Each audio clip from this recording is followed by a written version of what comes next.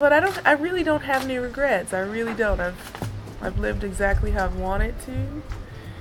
I've tried my hardest every single time. I didn't win the matches that maybe I should have always won, but I really gave it my all. So that for me is enough.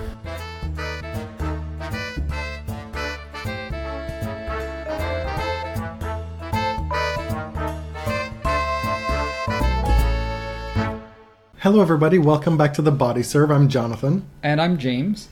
It is the time of Bianca Andreescu, isn't it? BB. I don't like the nickname. I know it's hers.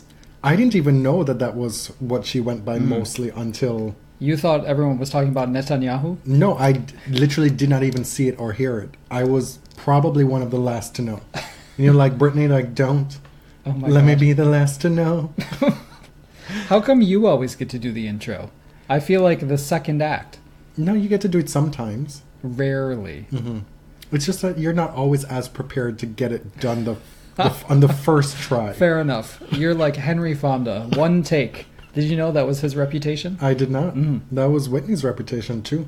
True. Very true. Do you know I learned today that Dolly Parton recorded Jolene and I Will Always Love You Lies? She wrote Jolene and I Will Always Love You in the same day. I saw that. Can you imagine? That is crazy. Like, this day in music history, how can one person contribute so much in one day? And then somebody responded to that tweet to say, well, I don't know if it was but it was also an addition that Stevie Nicks wrote Rhiannon and Landslide in one day as well.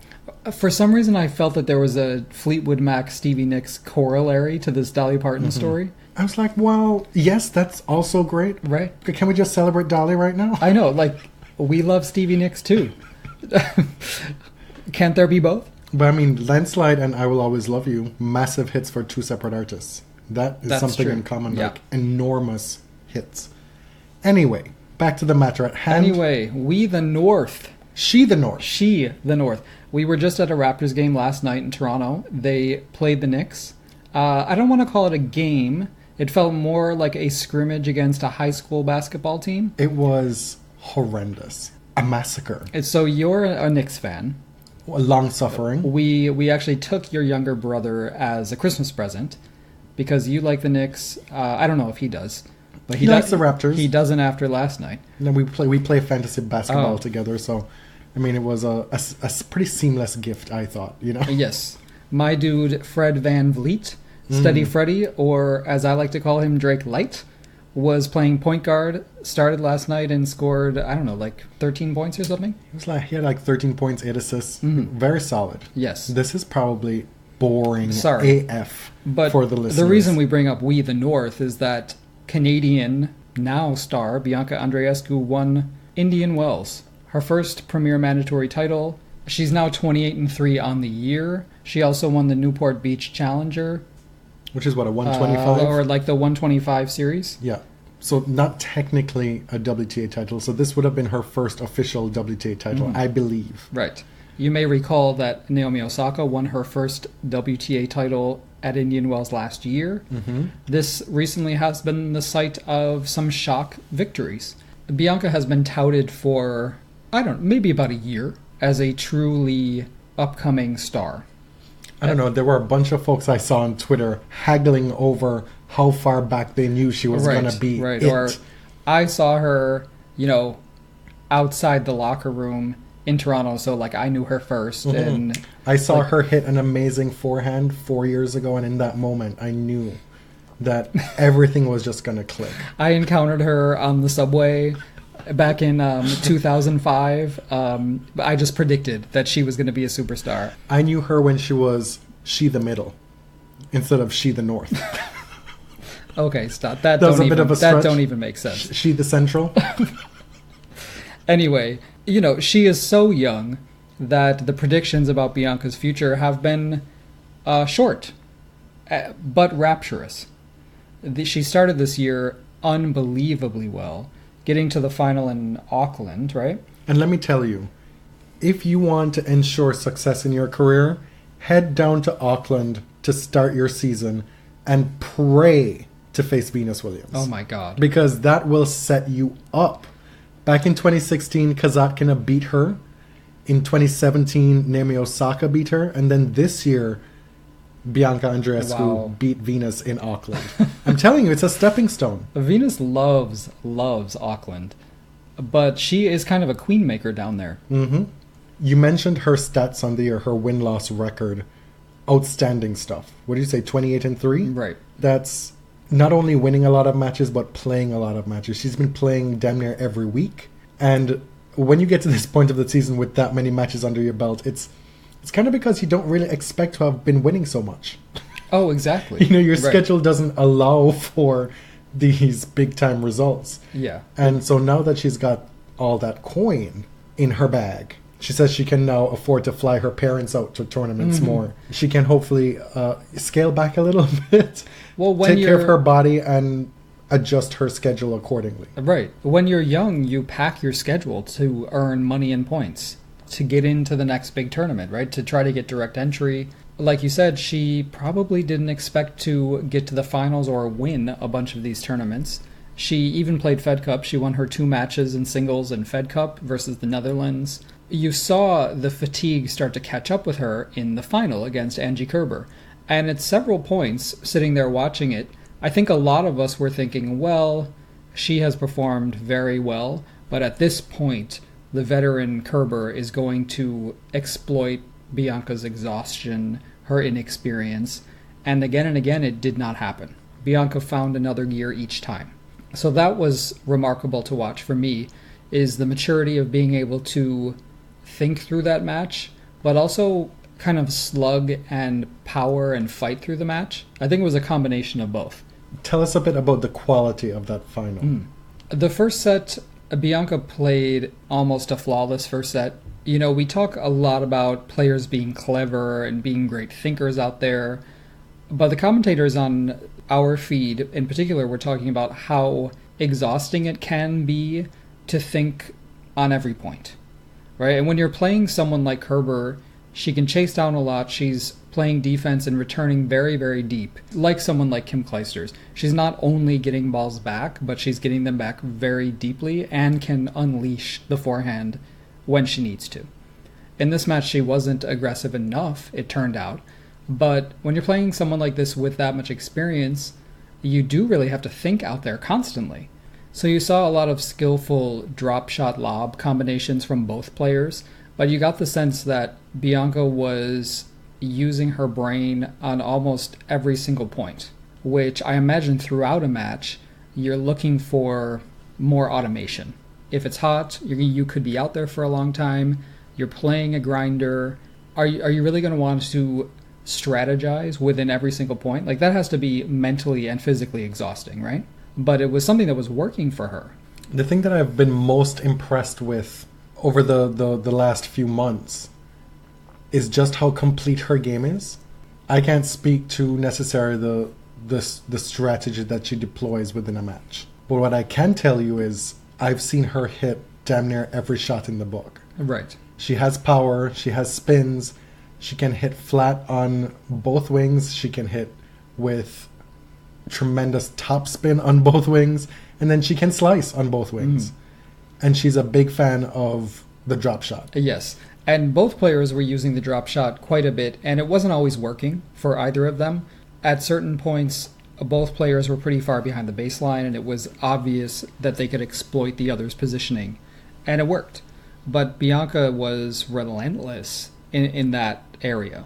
Now, as the match went on, it really seemed like she's struggling with her physical conditioning. She played a grueling 3-set match against Svitolina in the semifinals, and I got the sense that, okay, this woman is 18 years old. I think she's tired. Like, Kerber has got to gut this one out. You know, she's been in this situation hundreds of more times than Bianca.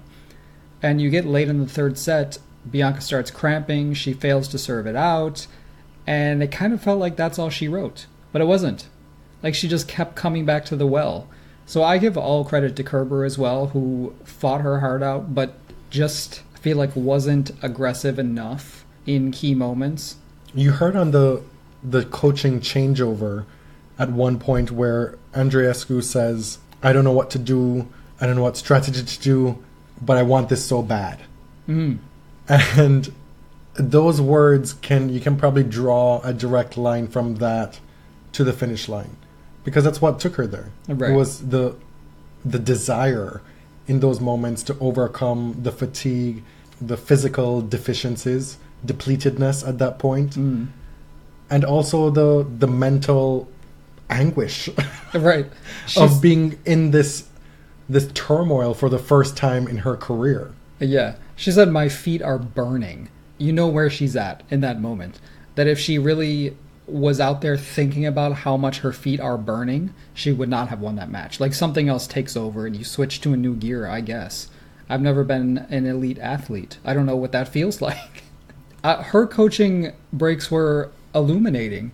I found her coach very encouraging, very level-headed, and allowed his player to just let off steam. And actually, Kerber's coach did the same thing. She was frustrated, but he sort of talked her down a few times. I liked Andreescu's coach one time. She said, "Kerber's getting to everything. I don't know what to do. Like, she's returning with such pace and depth." And he says, "Well, credit to her. But do what you need to do." It was very respectful. It was like, yes, that's what she does. She's an amazing player, but continue to play your game because you're being successful right now. So I like that when on-court coaching gives you a glimpse into a player's mindset during a match. I think it can be illuminating. It can be entertaining, which is what the WTA wants. Overall, I'm still not a huge fan. But that was a relatively positive display of it in that match. So kudos to Andreescu. She's up to what, number 23 in the world? After starting the year at 150 something. Right. The future of Canadian tennis, it's not to be overstated at this point, is very bright. It is. I mean, we've been talking about Felix Auger quite a bit over the past few weeks. Denis Shapovalov is still out there. Still not 20 years old. Right. And Milos made the semifinals in Indian Wells. Mm-hmm. If healthy, Milos is still a force on this ATP tour. Yeah, absolutely. The issue in Canada is that the WTA is never on TV. And I understand that's an issue in the US as well. In Canada, the streaming service DAZN, I've just learned that this is how you say DAZN. Oh. DAZN. You have to invent a few vowels in there. It's a streaming service. Did you just say Z? Z. You said Z? DAZN. I have just scored a monumental victory. It's just easier to say Z because when I say Z in Canada, people like to point it out. Anyway, this streaming service, apparently the rights holder of WTA tournaments in Canada, it's like a $20 per month subscription, but they offered this Andreescu Kerber final for free on Twitter and Facebook streaming. So I watched it on Facebook. At one point, somebody tweeted a screenshot, and there were almost 500,000 people on the stream, which was geo-blocked for Canada. So, of course, factor in a lot of people are probably using VPN from a different country to watch this Canadian stream, but still, 500,000 people on this stream at any one point is massive for Canada in a country with like 30-something million people. Anecdotally, I can say that whenever somebody within the Canadian tennis setup is doing something notable, people come up to me and ask me, "Tell me about this. Are they any good?" Right. And in the last week, I've got a lot of people coming up to me who normally don't care about tennis, asking me about Andreescu.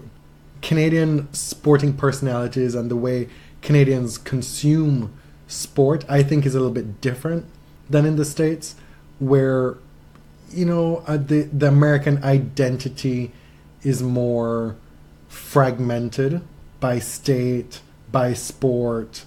I don't feel like there's as much of an insular pride in supporting American athletes per se outside of the Olympics. Right, like it's more regional. Yes. Right, and there are so many American athletes, and there's such a presence of the big four sports in all these different cities, whereas Canada doesn't have as much of it. And so whenever an individual Canadian athlete does something notable, there's a lot of hype and talk about it. And we saw that with Andreescu building in 2019 to this point. And my hope now is that this could lead to more prominent coverage of, well, I say prominent, but any coverage of WTA tennis on a week-to-week basis on the major sporting networks in Canada. Right. And to be fair, TSN, which is our major sports network, does an amazing job during majors. Sometimes they have 3 different channels going on 3 different courts.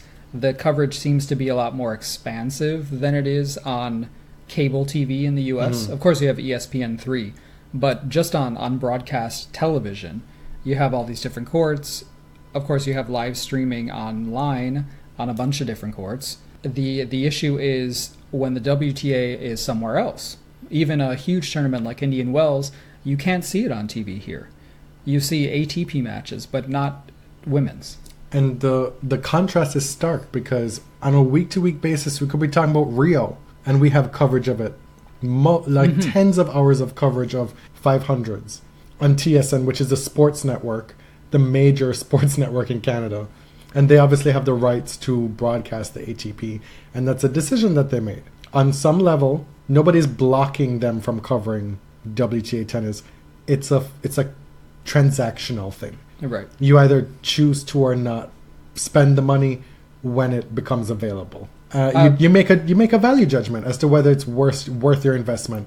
And so I hope that now Bianca Andreescu, if she's able to build on this, will force their hand. Yeah, one of the major cable networks will find it financially viable to bid for WTA tennis. And so this is where having no foresight comes into play, right? I was tickled pink that you have one of, if not the brightest young star in women's tennis in your backyard in a market that is yearning to watch her. Right. That want to watch her and you can't show it. On You've that lost day, so much money. I'm sure TSN would have gladly welcomed that. They could have charged a lot more for advertising on that day, like during that broadcast. Now we have no idea what figure the WTA was asking for in Canada. You hear people say, well, they were asking too much, TSN wasn't willing to pay it. I don't know if that's true. We don't have access to those negotiations, obviously. DAZN was willing to pay whatever the WTA wanted. It's not like nobody's showing it. Somebody was willing to pay something. Right. So how did we get here? What else happened on the women's side in Indian Wells? We got Belinda Bencic in another semifinal. Another player who's had a resurgent winning 2019.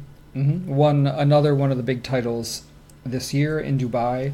Naomi Osaka played her first tournament with her new coach, Jermaine Jenkins. And she looked good until she didn't. These days, losing to Bencic is not a big thing. The way she lost to Bencic was obviously not super encouraging, but this is women's tennis in 2019. The number one player can have a bad loss, and it's not that big a deal. And Osaka was not too bothered by it. She seemed to keep that loss in perspective. The thing, though, is that she does seem to, when it's not going her way or going well for her, it can go very badly. Quickly. Do you know what I mean? Like, yes. Like a bad day can snowball into a very bad day. Yeah. Which is fine. I mean, this stuff happens to everybody. We saw that in Brisbane, right before the Australian Open. Things were going very badly, and mentally they were going very badly. There were times in Australia where she wasn't looking great. She had to fight through matches that in a different tournament she may not have made it through. Shout out to Elina Svitolina, because I have no idea how she made the semifinals. She just kept winning 3-set match after 3-set match, being down a set. Right, and down the first set. She wasn't feeling well. But even just watching her game sometimes, I'm like, how is she winning? She must have read Brad Gilbert's book. Oh my god.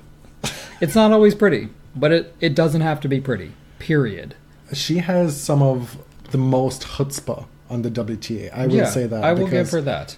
She is out here trying every single match and getting the most out of her talent, I think. Venus Williams made the quarterfinals of Indian Wells for the 3rd year running. Wild to me. It is. I think there's a lot to take away from Venus's performance here. I had a blast watching her matches, especially the match against Petra. They always bring something special against each other, as we know. They always go 3 sets. Their styles match up quite well. If you like that fabled big babe tennis, that's where it's at. Like Venus Petra, Venus Pliskova is reminiscent of some of those great Venus and Lindsay clashes in the early 2000s. At this point, it feels like we've seen the Petra-Venus matchup more than we have, because I still think it's only 7 or 8 times. Mm-hmm. And Petra still has the lead in the head-to-head. Right. Narrowly. But Venus has had some big wins in recent times as well. Yeah. She had that big fourth round or quarterfinal win at the US Open. At 2017 US 2017, and then she now won in the second round of Indian Wells this year. And Venus won a lot of matches that you just don't know how she won them. Again, definitely the Kvitova match. I don't know how she won that We match. have talked about winning ugly with regard to Svitolina. Venus's game is obviously not ugly, but no. At certain points you're like, what the hell? You're just winning without your best. Or just Right. winning after being outplayed for most of the match. She was fairly toe-to-toe with Kvitova in the first set, losing at 6-4, and then she falls behind double break in the second set, and somehow pulls that out 7-5. That is just not a match that you expect Venus to win now.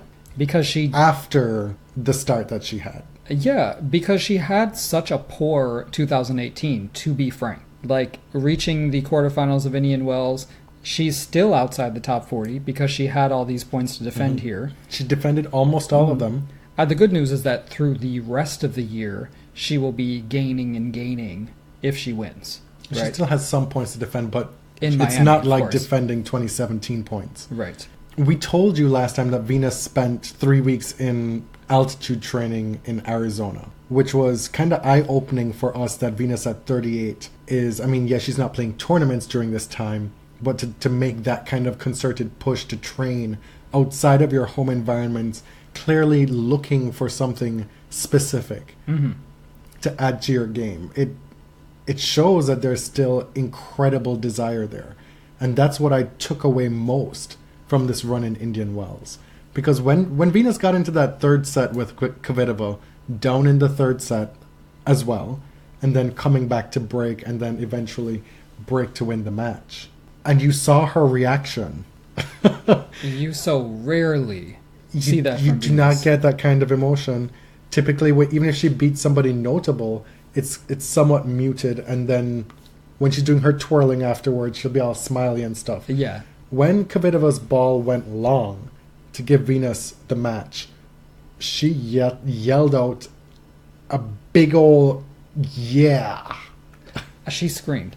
And I do have to wonder if that was pointed, if she was frustrated, because Petra, we all love Petra, so don't come for me about this, because I love the woman, but at certain points, the squawking and the screaming is a lot. She's very vocal. And sometimes, I mean, we're at a place in pro tennis where, like, cheering your opponent's errors is commonplace. Yeah. You know, like the old... Or even like a quiet fist pump, or like, yeah, you know, to like build yourself up to go forward. But it seems like Petra's animations on errors is just a little bit... Like you just don't scream on double faults. No. You know? So, as I said, I'm not trying to provoke the trolls here. I'm a Petra fan. I didn't like all of what I saw in that match, and I don't think Venus did either. In many ways, I mean, Venus makes a lot of noise too, don't get me wrong. But Venus is kind of a rule follower within the match. Like, she's as much of a purist as you're going to get, I think, in 2019. Except she does not apologize for lets. She does not. She does not. And that was not new People to were this match. upset about that. Not new to this match. But it's something that she just doesn't do. She's not that kind of girl. So you think that her reaction at the end of the match wasn't just because it was an incredible comeback against one of the top players, one of the hottest players on the WTA Tour over the last, 18 months? Or like a fruition of the hard work that she's put in. But you think it has something to do with feeling a little bit peeved over the in-match squawking, as you put it. Yeah, I think she was just letting off a little steam. I don't want to harp on this. It's not a big deal. Like, the two obviously have a lot of respect for each other. You say that, but I'm not convinced that they like each other that much. They may not like each other. Which is fine. They're not friends. I mean, No. Venus is not friends with anyone. That's the thing. right? Venus isn't friends with anybody on tour at this point. Venus, like Caroline, supposedly is like besties with Serena. Same with Vika. Would Venus even like know them if she encountered them in the street? Would she say hello? That's Like, that girl that comes over Oh, every that's- now and then, and I see her in the locker room sometimes. That's Serena's little friend. What's her name again?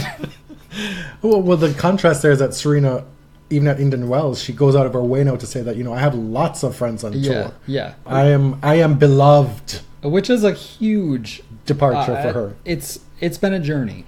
Whereas Venus's journey now is like, I don't give a fuck. And you tweeted that from our body server account. Yes. That the last 15 years, that's been her. Well, It's been her. that's her era. Ethos. She's in the I don't give a fuck era. But that which she's has lasted, doubling down. It's lasted most of her career. Anyway, This is not RuPaul's best friend race. No. What I noticed from Venus this week is that she was experimenting. She was hitting some 80-mile-an-hour first serves, and people are like, "Oh God, she doesn't have a serve." Then she's got her knee taped up. What the hell? She's just like the walking wounded. Mm-hmm. And then she said in press, some of that was intentional Well, she didn't say that. because she does not talk She about tactics. answered in a way that could have you thinking that that's what she said. That's true. But that may not be what she meant. And I'm not convinced that that's the case. I think it's strategic to preserve the elbow or whatever is going on with the arm, because we saw that she's still able to crank it up when she needs to. Right. And maybe that's part of the strategy, but I can't imagine that Venus Williams, as a distinct targeted strategy, would be out here serving 80-something miles an hour on first serves 70% of the time. Right. That just seems antithetical to everything that I know about her. Uh-huh. And the actual visual evidence of the arm compress or whatever it is, the sleeve that she's wearing, it's something that we know she's dealt with in recent years. So, I don't know. I think regardless of the injury situation, whether or not it was necessary, there was definitely some experimentation Yes. in the Venus game. Without doubt. And especially against Kerber. We saw her, I mean, folks have been trying to say for years that Venus is the implication that she's dumb as a brick. Or right? that she she's doesn't incredibly stubborn as a player. on the tennis court. Not in like real life, but on the tennis court she plays dumb tennis because she doesn't use any strategy. She just, bashes the ball and there's no adjusting. Which we know is not true. It's not. But the big visual counteraction to that theory was in that Kerber match because Yes. we saw Venus do things that she hadn't done before. Serena Williams, are you able to talk about this yet? Yeah, it's fine. It's Indian Wells. I'm not that concerned. I mean, they didn't play it for 13 to 15 years. So what difference does it make? Serena came off her first match where she played incredible tennis against Vika.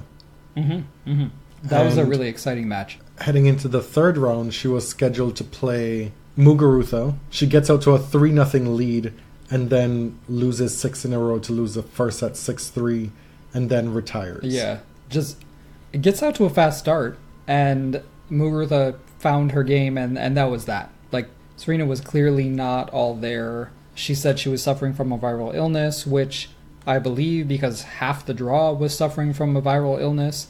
I don't know what the hell it was, norovirus or a flu or whatever. Sasha Zverev looked terrible. He was obviously ill. I feel like every tournament now there's a whole bunch of illnesses going on. It may have to do with a lot of inter-locker room sex. Oh my god. No. What else is there to explain it at this point? We know The that... constant travel lowers your immunity. Okay. There's no surprise that these players are sick all the time. Hit me with the rationality. Right. I'm just saying we got a lot of coupling on both tours now. So Sure. maybe it's just a byproduct of something else, is all I'm saying. Can we talk about how bad, like historically bad, not historically in terms of like against precedent, but like remarkably terrible Serena's volleys are? No, we can't. We absolutely will. They're bad. I mean, what else is there to say? This is not new. It's been happening for a while, and to a certain extent Venus, but less so Venus. we're just kind of taking it back that 14-time Grand Slam doubles champions and players who had just incredible volleys for the first halves of their career, at least, now struggle so much to hit a decent volley at net. Yeah, I don't know what the hell Serena's doing. You saw some whoppers in the Wimbledon final last year against Kerber. She's just not really getting down for the volleys, as far as I can see. I think perhaps one of the biggest telltale signs of a loss of a step or two is not being able to get to net in time to feel confident. Maybe. Right. It has to be a confidence issue because I don't know. You don't lose technique. You know how to volley. But I feel like you can lose touch, maybe. Sure. And like you said, if you're not in the position that you'd like to be in to hit that volley, yeah, you can lose confidence. Your technique suffers because you might be reaching. Yeah, actually, I think Serena was doing a lot less reaching in this tournament, like against Azarenka. I think you said it on the last episode. Her movement was the best I've seen. Since she came back. Lean. Every amateur tennis player knows that lean. When you haven't quite gotten to the ball to hit a correct ground stroke, there was much less of that from her. Of course, before the Muguruza match. Both Venus and Serena are in Miami currently. Venus was just at the Taste of Tennis Miami event. And so they're on schedule to play. Both of them with some kind of injury concerns coming into that tournament. Serena with the withdrawal, obviously, for the viral issue. And then Venus with any number of reasons she could have not played that event. Pick a joint, and it's an issue. But see, with Venus at this point, it's like, if I'm able to walk, if you can wheel me onto the court, I can get myself started. And it might take me a set to really be able to get into it, but I'm going to do it because I'm 38 years old. I love this. This is what I want to do. So if my body's not going to kill me by doing this, then I'm just going to do it and deal with it. Because the thrill of snatching a Kvitova's wig is just too good. All right, so what was happening on the men's side while all this was going on? We had another, I would say, shock winner of the title on the men's side. And one that's a long time coming. And one that I'm very pleased about. Dominic Thiem has not always excelled on hard courts, certainly at the Masters 100s. He has won titles. The Masters 100s? 1,000. There's 1,000. You multiply that by 10. The Masters 1 million events. He has... Brought to you by PK and the whatever group. My God. Those are coming soon. Now worth 1 million points. He has not always excelled at the hardcourt versions of those events, and there are a lot of them. He played well at the U.S. Open last year. He did. It's not that he can't. No, not at all. He doesn't always play the smartest tennis on hard courts. But I'm glad you brought that up because last year's U.S. Open, the match against... Rafa. Well, the match against Kevin Anderson first. Yes. And then Rafa was really a turning point in my mind at how good he can be on the surface. At this point, I feel like there's not a lot holding him back on hard courts. Because when the ball is flying from his racket within the lines, those are bullets. Yeah. How he gets that much pace on his one-handed backhand is a mystery to me. I don't quite understand it. It seems like he's been able to harness all his power now and couple that with the confidence of believing and knowing that he can win against some of these top guys on hard courts. And this could be a big bust-out moment for him. It really could. We're going into the clay season where he gains confidence. He had just not a good first 3 months of this year at all. He was dealing with this illness. And, when you hear about a tennis player dealing with a persistent illness, you start to get really nervous. Mladeneviosis? Was that it? That was Stop. But you remember Justine Henin had mono and it affected her for a long, long time. She couldn't prepare the way she liked and it sapped her energy. So you get nervous when you hear stuff like that. He had only won 3 matches in this year, with some really bad losses. And then he gets here and he's a new man. He beats Milos in 3 sets in the semifinals, loses the first set to Federer in the final, and that's not a recipe for success. No, because you typically you just assume that Federer is going to hold serve. Mhm. It's really hard to make any sort of headway in his service games. But there we had baby Dominic becoming grown-up Dominic in this final, because he was able to turn the tide in that match against Federer and win his first ever Masters 1000. I liked his approach in the trophy ceremony where, Federer did his thing, he made his speech, and then Dominic goes to the podium and immediately removes the mic from the stand and turns to face Federer. That was a boss move. It was. Because Bianca, you could see her inexperience in the ceremony because she kept turning away from the mic to look at Kerber to compliment her, but obviously she's not being picked up on the mic anymore. Dominic just took it off the stand. I thought he was going to kick off his shoes, take off his earrings, Calmly, give you a Fantasia moment. A Pat LaBelle moment. The original. He was so calm and confident in that moment. And he said, I don't know how I can congratulate you when you have 88 more titles than me. Cracking jokes. Right. The rap on Dominic to date in his career is that he's kind of bland. Or that he's very serious. Yeah. But again, maybe this is in keeping with the coming of age of his game, that he's also come of age as a man in his personal life as well. Roger seemed amused by the whole thing. I'm sure he would have liked a 101st title. And he would have liked another Indian Wells title, but it all seems like gravy for him at this point. In a tournament that is so full of excess and wealth and luxury, this is tailor-made for Federer. He's won it the most along with Djokovic 5 times. And to come up short 2 years in a row in the final last year to Del Potro, and then again this year in a match he was heavily favored to win against Dominic Thiem, being a set up. It must not have been the nicest feeling for him in that moment. What are you saying about the Rolex spokesman, Roger Federer, about wealth and luxury and all that? I'm saying he's a fitting ambassador. He is. But his game is very to the point. He gets out there and does it, Okay. What's the relevance of that? Oh, I'm just saying there's very little drama with Roger's game. And some would say that that's the finesse and the beauty and the skill that goes along with all that in the upper try to stratospheres. navigate a lot of fandoms here, and But he said he was not disappointed. He came up against an opponent who played extremely well. And he himself, Federer, gave a good account of himself in that final.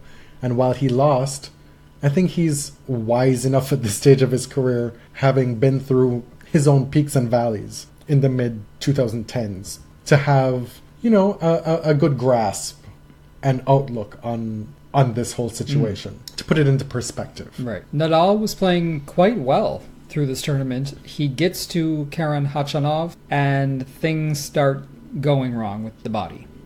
Wins the first set after being down a break early, comes back, wins the first set. Things seem to be going very well. Right on course for Fedal, 39? He would have gone on to meet Federer in the semifinals. And then, you notice in the second game of the second set, he hits a couple of just uncharacteristic errors that you can kind of chalk up to not being in the right position. That's what struck me about it in the moment.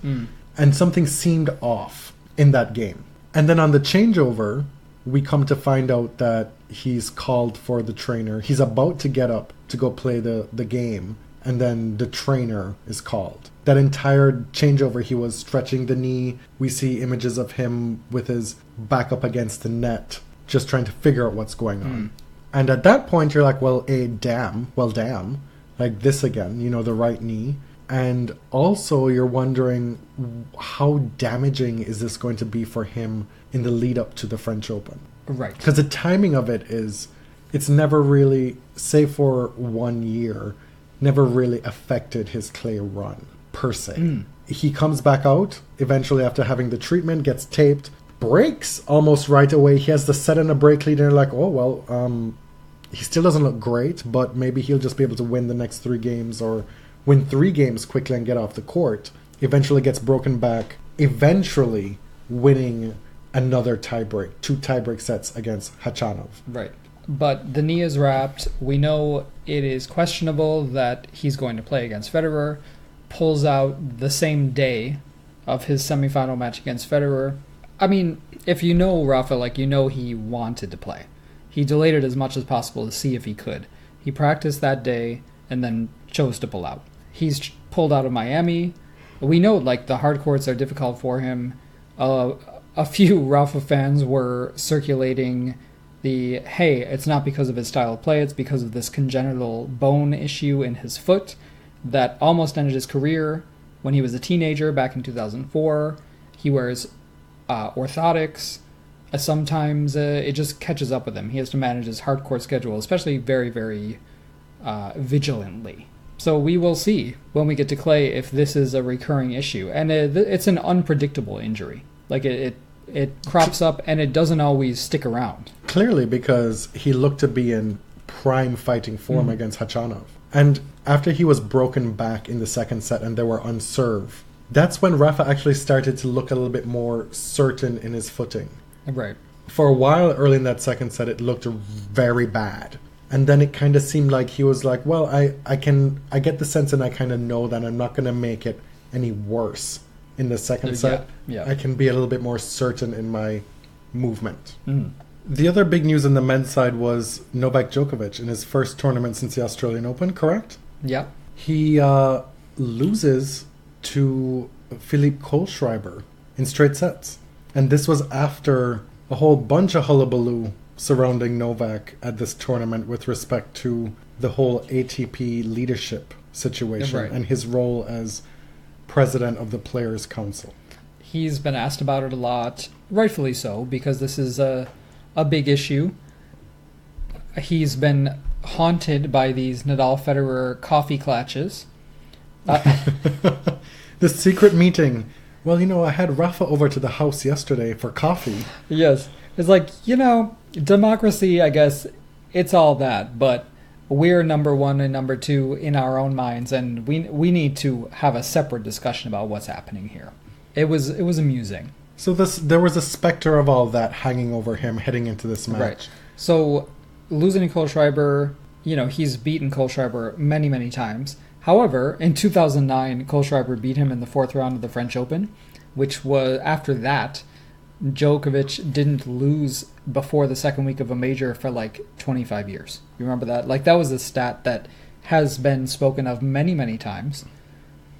Kohlschreiber is out here. He's been out here for, it seems like, forever. Decades. Still ranked in the top 50. A formidable player when he's on, and he was on that day. Djokovic, for his part, it makes sense that he would have some rust to his game. Set aside the whole ATP politics stuff. It would make sense that in his first tournament since the Australian Open, that if he caught an opponent on his best day, he would have some trouble, and he did. Right. He gave all credit to Kohlschreiber for playing well. He wasn't trying to blame the loss on anything. He did an Instagram live for his fans at the end of the tournament and said he admitted that he said, I lost my routine because I engaged with too many things off the court. He didn't get more specific about what those off-court things were. Of course, you can infer what that means. But he said, basically, things that were happening outside of tennis messed with his normal routine, his preparation, whatever that means. Again, something that makes sense. Of course. However you want to infer those outside things. Right. Because losses like that for Djokovic have been so rare over the past year. Kohlschreiber then went on to lose quite meekly to Gael Monfils, who unfortunately seems to have this Achilles tendon issue. Gael has been playing great all year. His last 4 tournaments, he made the quarters in Indian Wells before having to withdraw. He came on court and explained what was going on before his match. He issued a walkover. He had won a tournament. He'd made a couple of semifinals. This is a consistent Monfils that we haven't seen ever, really. Some credit Jem's life as part of this resurgence because he and Elina are out here going deep into tournaments every week now. They're spurring each other on, it would seem. And that match against Kohlschreiber, he beats him 6-love, 6-2, and it was the most complete start to finish relentless assault, consistent, high-level tennis I'd ever seen Monfils play. And so you watch that and you're like, well, damn. And then unfortunately, he has this injury that he's dealing with. We talked about the fact that Milos Raonic made the semifinals. A result that it's notable. This is somebody who struggled with injuries for years now, and this result we should not overlook. If he's able to keep his body healthy heading into Wimbledon, this could be something for him to build on. Shapovalov as well had a good run at Indian Wells. If we were to look at this again from a Canadian perspective, Are you talking about the rap? He beat Cilic Oh, right. in straight sets. That was a big win for him. In his first match, he beat Steve Johnson in straight sets, beats Cilic in straight sets, before losing in 3 sets to Urkac. Right. But you're talking about, the first thing that comes to your mind is the rap thing. Yeah, obviously. Apparently Denis was kicking with Blair Henley early in the tournament, and they had come to some agreement that after his next match he was going to perform a rap on court, and it was memorable for reasons that I don't think he intended. Everybody should have outside interests. I'm glad he has something else. It was something. Sure was. I think you told me I think I could have done a better job. And I think I have.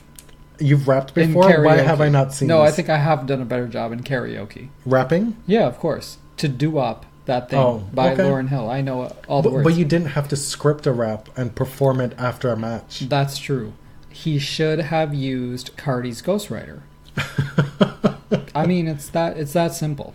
I don't know how much it costs, but There was a huge issue this week with this ongoing bother with the ATP and its profiling and policing of social media with respect to GIF proliferation and coverage of these matches by online personalities. yeah. So videos and GIFs of ATP matches in particular. And we know that both leagues, the WTA and the ATP, employ services to sort of scour social media for copyrights and to remove those. That's typical across a lot of industries, but these bots have gotten like totally out of control over the past few weeks. The ATP even supposedly they relented and they set up kind of a compromise saying, as long as you credit, you can issue this many gifts per day because we understand that you're promoting the sport, but you can't do too much.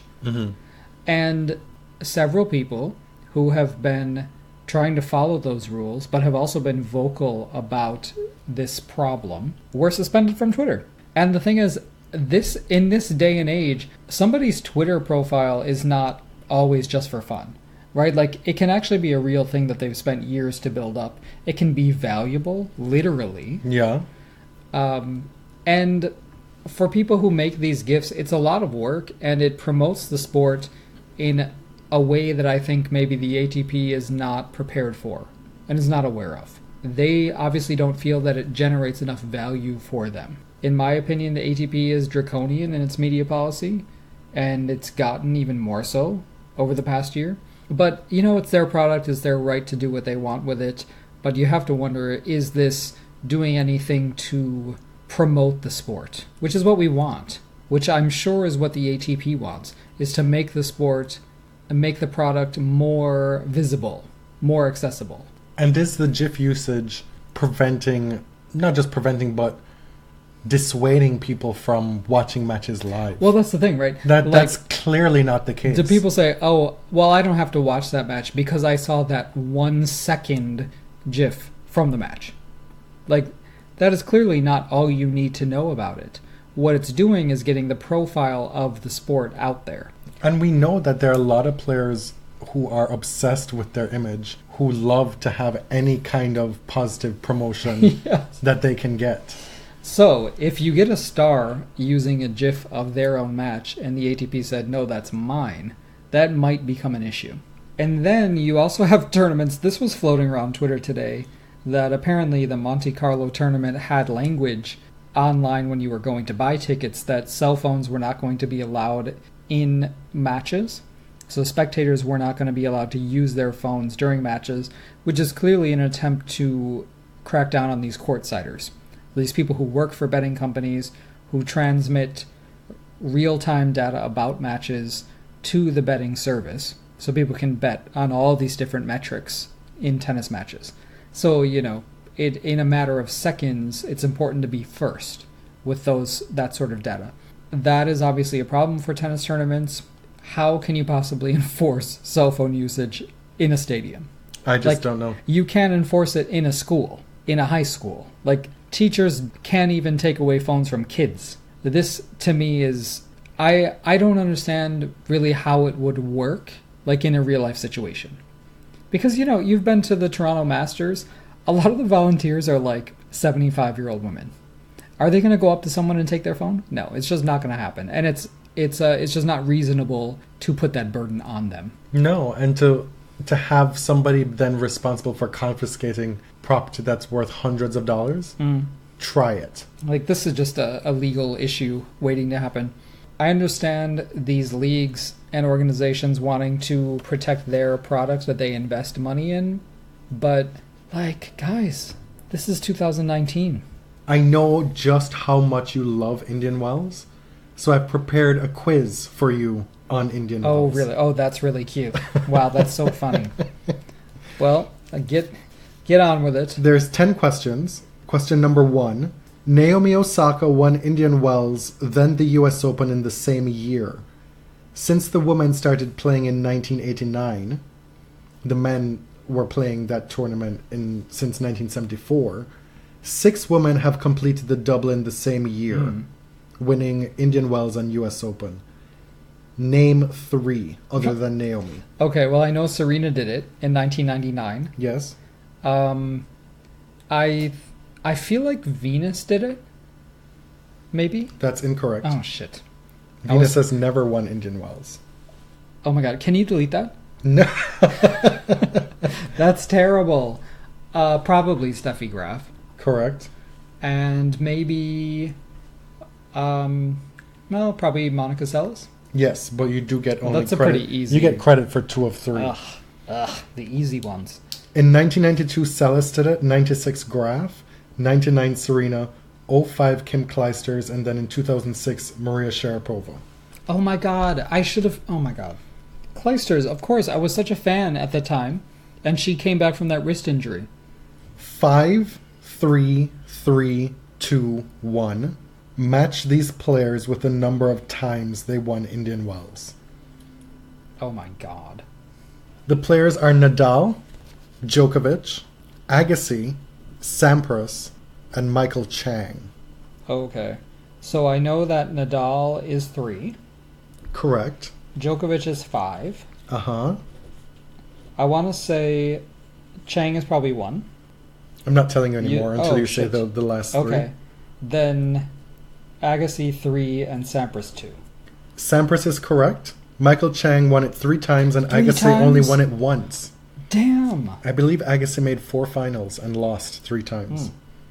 Question number 3. These women are all Indian Wells champions except for 1. Who is the player who's never won Indian Wells? Simona Halep, Svetlana Kuznetsova, Daniela Hentekova, Flavia Pennetta, and Jelena Jankovic. Simona Halep. That is incorrect. Okay, this is so rude because I do not pay attention to this tournament. Sveta is the one who's never won it. Okay. She lost that 3-set final. It was between those 2. She had that tough 3-set final loss to Vesnina a couple years ago. Oh, right. 9 women have won Indian Wells twice. The record for the most titles at the event. Name 5. Name 5 of them who won it twice? 5 of the 9 women who've won Indian Wells twice. Okay. Keep in mind that the women started playing in Indian Wells in 1989. Okay.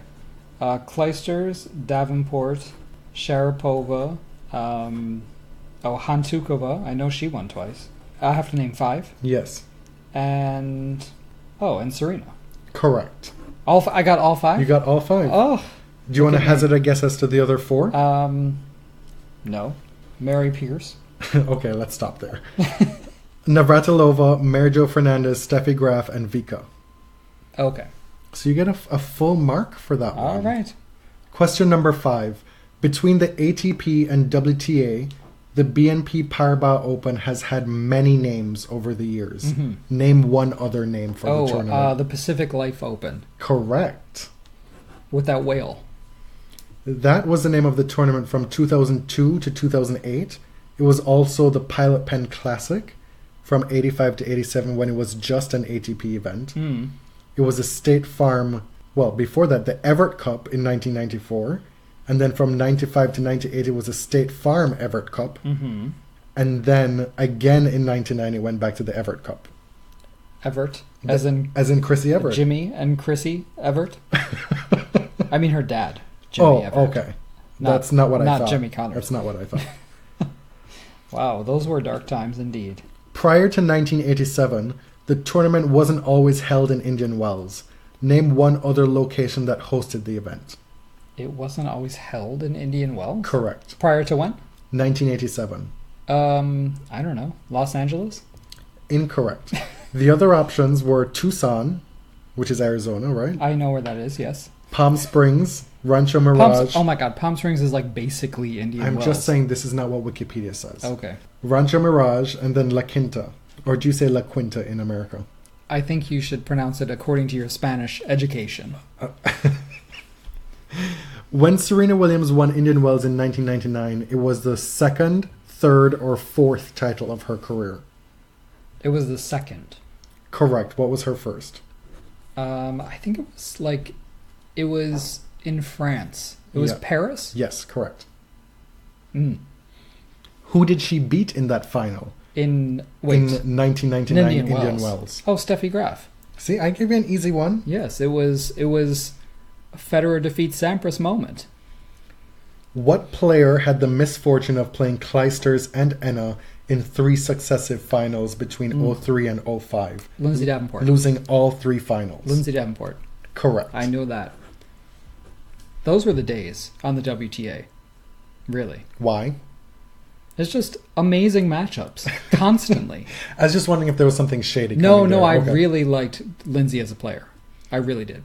Number 10. Of these players, who actually won Indian Wells? Dementieva, Radwanska, Zvonareva, Bartoli, Conchita Martinez. I really don't know. Let's just say Zvonareva. That is correct. Oh, okay. Cool. What year was that? Don't ask me that. Oh. So you get a cool 75% on a quiz about a tournament you don't care about. I'm really happy with that. Reflect on that for a minute. What does that say about you? I would rather not. Miami has started. Life goes on. Miami's nice, so you shall say it thrice. Name that tune. Miami is nice. Miami is nice. We're not going to tell you. If you listen to this show Like, and you know where that's have from, to know that. then tell us. Hit us up. Tell us what that's about. You have a couple of corrections to send out. Yes, and they're both mine. None of them. My F-ups. I think there were like 4 of them, but you only remember 2 at this point. Oh my god. No, I made a few mistakes, and while we may not be journalists, we are committed to telling the truth on this podcast. Or as close an approximation of it as we can. So that horrible racist cartoon of Serena Williams did not appear in the Sydney Morning Herald, which is a very respected publication. It appeared in the Herald Sun, which is based in Melbourne and is a Murdoch-owned paper. So I am very sorry to the Sydney Morning Herald. Terrible. And also, the Inglot brother who's on the ATP board is not Dom, it's Alex. So Alex is Dom's brother. Alex went to Oxford Law School. Very accomplished guy. He's the one who worked for the sport data company that, sends data to betting companies. So there's that. But I was wrong on both counts. So this is the correction appended. Before we end the show, we want to send a special shout out to Maxi257, who wrote a review for us on iTunes that was quite touching. It was really encouraging because we've been doing this for 4 years, and you wonder, like, is it getting stale? Are we getting lazy? And we were very encouraged by the review, because we're at least doing some things right still. For some people. You can't please everybody all the time. No. But you can... Well, I don't remember how that goes. The haters are just going to hate. And the lovers, we love it when you love. I don't know. Is that like a Taylor Swift song or something? Because that I will not abide on this podcast. On that note, thanks for listening to episode 152. She the North. Her name is Bianca Andreescu, commonly known as BB to most, but not me, apparently. Big up to Dominic Thiem. Huge win for his career going forward. My name is Jonathan. You can find me on Twitter at tennis_John. I'm James at ElliotJMR. 2 L's, 2 T's. The podcast is at The Body Serve on Twitter, as well as Instagram. As always, if you like the show, let everybody else know about it. Tweet us out to other folks. Word of mouth. You know, people still use telephones. When you meet up with your friends in public, I don't know how this works. They don't. But most importantly, on iTunes, hit us up with a review there. Thanks for listening. Till next time. Thank you. Thank you very much.